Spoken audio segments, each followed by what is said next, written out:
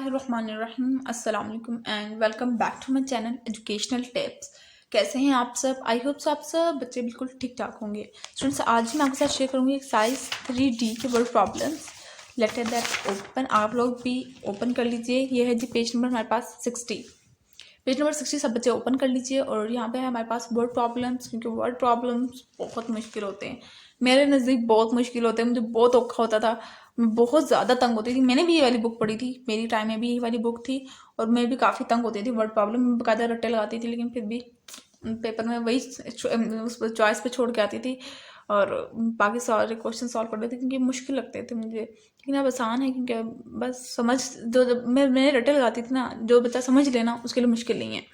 तो स्टार्ट करते हैं क्वेश्चन नंबर 1, यानी कि word problem number 1। Essence cuts 4/5 of a piece of string and divide into 4 parts. He made 3 such sets of string. How much of the string did he use? अब वो कह रहे हैं एसन है, उसने स्ट्रिंग के 4/5 पीसेस कर लिए और हर पीस को 4 पार्ट में डिवाइड किया है। और इसी तरह से करते करते 3 सेट्स स्ट्रिंग के उसने इस तरह से किए हैं, यानी कि 4/5 पीसेस को 4 पार्ट्स में डिवाइड कर दिया है। तो अब आपने बताना है how much of the string did he use. तो आपने बताना है वो कितनी स्ट्रिंग्स, 3 सेट्स के अंदर वो कितनी स्ट्रिंग्स यूज करेगा। तो मैं आपके साथ इसका सॉल्यूशन शेयर करती हूँ। मैं ओपन कर लूँ वाला पेज, ये जिसका आंसर है। सबसे पहले आप लोगों ने लिखना है statement piece of string is equal to 4/5 divided to parts is equal to 4 और सेट कितने थे 3। तो सोल्यूशन के अंदर 4/5 डिवाइडेड बाय 4 बाय डिनोमिनेटर में 1 क्यों लिखा है, क्योंकि जब किसी के इस तरह से होता है जिसका न्यूमिनेटर 4 होता है तो उसका डिनोमिनेटर हमेशा 1 होता है। फिर मैंने साइन चेंज करने के लिए, यानी कि मल्टीप्लाई साइन करने के लिए रेसिप्रोकल कर लिया था। रेसिप्रोकल लेने के बाद कैंसिलेशन हो रही थी, कैंसिलेशन के बाद ये था और मल्टीप्लाई हो गया, क्योंकि ये वाला आंसर आ गया था ना। और फिर 3/5 ऑफ स्ट्रिंग्स। ठीक है, मैं आप लोगों को पूरा का पूरा दिखाने की कोशिश करूँगी। ये लीजिए, ये यहाँ तक नज़र आ रहा है मुझे, तो ये देख लीजिए। हाँ, लेट आ गया, ये 3/5। ठीक है, अब आ जाते हैं सेकंड पर। Asma divided her birthday cake into 16 equal part. Asma ने अपना जो बर्थडे केक था उसको 16 इक्वल पार्ट्स में डिवाइड कर दिया। She gave 3/6 to her friends. उसने 3/6 पोर्शन जो है केक का वो अपनी फ्रेंड को दिया। While triple of this quantity was used by other guest. और बाकी 3 गुना ज़्यादा इसकी क्वांटिटी बाकी गेस्ट में डिस्ट्रीब्यूट कर दी गई केक की। What fraction of the cake is left. तो आपने बताना है कि कितना केक बच गया होगा बाकी जब सब में डिस्ट्रीब्यूट करने के बाद। तो सबसे पहले आप लोग स्टेटमेंट लिखेंगे, cake divided into 16 equal part for given to his friend is equal to 3/16 multiply by 3/1 is to 9/16 आ जाएगा। और फिर केक लेफ्ट क्वेश्चन मार्क। अब ये 3 पता है कहाँ से आया मेरे पास। ठीक है, 3 हमारे पास आ गया, उसने ट्रिपल कहा था ना, ये देखिए ट्रिपल का वर्ड यूज़ किया था। ठीक है, तो हम लोग मल्टीप्लाई बाय 3 इस वजह से किया मैंने इधर। ठीक है, उसके बाद आप सोल्यूशन में आया 1/1 माइनस 3/16 माइनस 9/16। ठीक है, और फिर ये लीजिए, ये इसका सोल्यूशन होगा। फिर आप लोगों ने सबका, क्योंकि माइनस आ रहा है ना, एडिशन और सब्ट्रैक्शन में हम लोग डिनोमिनेटर सेम करते हैं, तो जब डिनोमिनेटर मैंने सबका सेम किया है अब, और फिर उसके बाद मैंने माइनस किया ऊपर वाली वैल्यू को, तो उसके बाद अब ऊपर नीचे कैंसिलेशन हो सकती थी, तो 1/4 of the cake left over. ठीक है, अब थर्ड पार्ट पे आ जाएं। सारा spend 1/4 of her pocket money on buying her favourite book. सारा ने अपनी पॉकेट मनी में से 1/4 पॉकेट मनी बाय कर ली, उसमें से 1/4 पॉकेट मनी यूज़ की, इसलिए बाय करने के लिए अपनी फेवरेट बुक बाय करने के लिए। And 2 pair of shoes each costing 1/8 of her pocket money. और 2 पेयर ऑफ शूज़ उसने बाय किए, उसमें 1/8 उसके अपनी पॉकेट मनी में से। What fraction of the her pocket money did she spend all together. अब आपने बताना है बुक को और शूज़ को मिलाकर उसने कितनी मनी यूज़ की, यानी कि उसने टोटल कितनी मनी यूज़ कर दी अब तक। तो let Sara pocket money in is 1 rupee, so money spend on books is to 1/4। ठीक है, हम लोगों ने लेट किया है ना कि सारा की पॉकेट मनी 1 रुपये है, तो उसने जो बुक के ऊपर स्पेंड की उसने 1/4 मनी स्पेंड की। Money spend on 2 pair of books is to 1/4 multiply by 2 क्यों किया है, क्योंकि 2 पेयर्स थे। कैंसिलेशन और कैंसिलेशन की, उसके बाद सोल्यूशन के अंदर आ जाए तो 1 माइनस 1/4, 1 रुपीज़ थे, 1/4 उसने उसके ऊपर बुक के ऊपर और 1/4 शूज़ के ऊपर।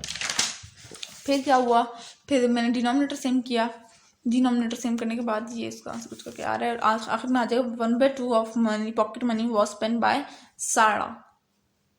ठीक है, next coming towards fourth problem, Pfizer had 1/2 liters of juice in a jug। Pfizer के पास एक जग के अंदर 1/2 लीटर जूस है। she drank 1/4 of it in the morning। उसने सुबह के वक्त 1/4 पोर्शन उसका जूस का पिया। her sister added 3/8 litre more in the jug। फिर उसकी सिस्टर ने 3/8 लीटर ज़्यादा डाल दिया जग के अंदर, मतलब कि बाद में पीने के बाद फिर और डाला जूस, 3/8 लीटर डाला। How much juice is in the jug now. अब आपने बताना है अभी इस टाइम कितना पड़ा हुआ होगा जग के अंदर जूस। तो स्टेटमेंट सबसे पहले लिखेंगे Faiza had juice in a jug is to 1 whole 1/2 litres. और मैंने आप लोगों को पहले वीडियोस में भी बताया था कि जब भी होल की फॉर्म में भी कोई भी वैल्यू होती है तो उसको हम लोग हमेशा फ्रैक्शन फॉर्म में करते हैं। तो फ्रैक्शन फॉर्म में करेंगे तो फिर 3/2 हो जाएगा, 3/2 लीटर्स। और शी ड्रैंक इसको टू 1/4 मल्टीप्लाई बाय 3/2 क्यों किया, क्योंकि जो उसकी सिस्टर ने ज़्यादा डाल दिया था, मतलब बाद पीने के बाद जो डाला था वो वाला भी। ऑफ का मतलब होता है मल्टीप्लाई, तो 1/4 मल्टीप्लाई बाय 3/2 करेंगे। फिर ये वाला सॉल्व करने के बाद फिर 3/2 माइनस 3/8 हो जाएगा। फिर उनके डिनोमिनेटर सेम करेंगे इस तरह से करके, और जब denominator 9/8 juice left in a jug 9/8 litre, यानी कि जूस जो था वो कितना रह गया था 9/8 litre. Her sister added 3/8 litres more juice. फिर उसके बाद जब 9/8 लीटर अभी जूस रह गया था सारा ने जब पीने के बाद, फिर जब उसकी सिस्टर ने 3/8 लीटर और ज़्यादा जूस डाला पीने के बाद, तो 9/8 प्लस 3/8 कर देंगे तो 12/8, यानी कि 1 होल 4/8 लीटर्स इस टाइम जग में जूस मौजूद है। ठीक है, पहले हम लोग ने सॉल्व किया था 9/8 लीटर कब आया था, जब उसने जूस पिया था सिर्फ, और फिर जब उसकी सिस्टर ने और जूस डाला तो 1 होल 4/8 आ जाएगा। उसके बाद फिफ्थ में आ जाते हैं Ahmad has 250 story book. Ahmad के पास 250 स्टोरी बुक्स हैं। He donated 1/2 of them into library. उसने एक 1/2 जो स्टोरी बुक्स हैं वो लाइब्रेरी में डोनेट कर दी।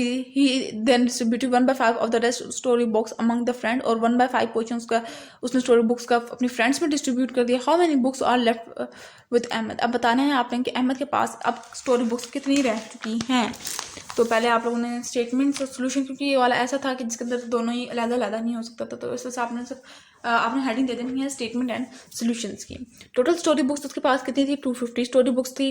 डोनेटेड टू लाइब्रेरी, उसने लाइब्रेरी में कितनी डोनेट की थी, 1/2 ऑफ 250, यानी कि 1/2 उसने डोनेट की थी। टोटल किस में से 250 में से 1/2 उसने डोनेट की थी। ऑफ का मतलब होता है मल्टीप्लाई, तो इस वजह से फिर मैंने मल्टीप्लाई का साइन लगा दिया, 1/2 मल्टीप्लाई बाय 250।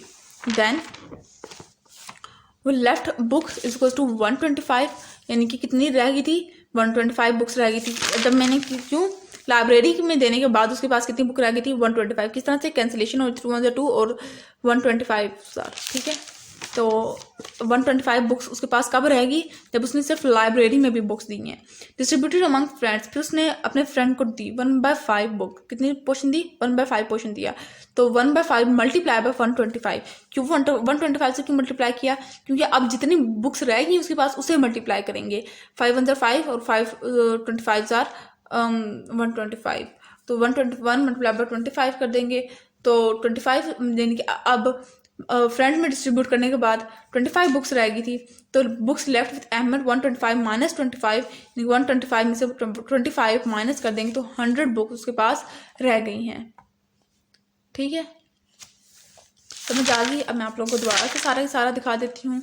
ये वर्ड प्रॉब्लम नंबर 1 है हमारे पास, ये स्टेटमेंट और ये सोल्यूशन। स्टेटमेंट और सोल्यूशन दोनों की हेडिंग देना आप लोगों के लिए मस्ट है। ठीक है ना, सबसे, क्योंकि ये एक अच्छा तरीका भी है और इस तरह से आप लोगों की पेपर प्रेजेंटेशन भी आ जाएगी। आप लोगों को ऐसा ऐसा करेंगे तो आप लोगों को आना शुरू हो जाएगी प्रेजेंटेशन करना। फिर आ जाते हैं ये सेकंड पहले ये वाले स्टेटमेंट है और फिर ये सोल्यूशन।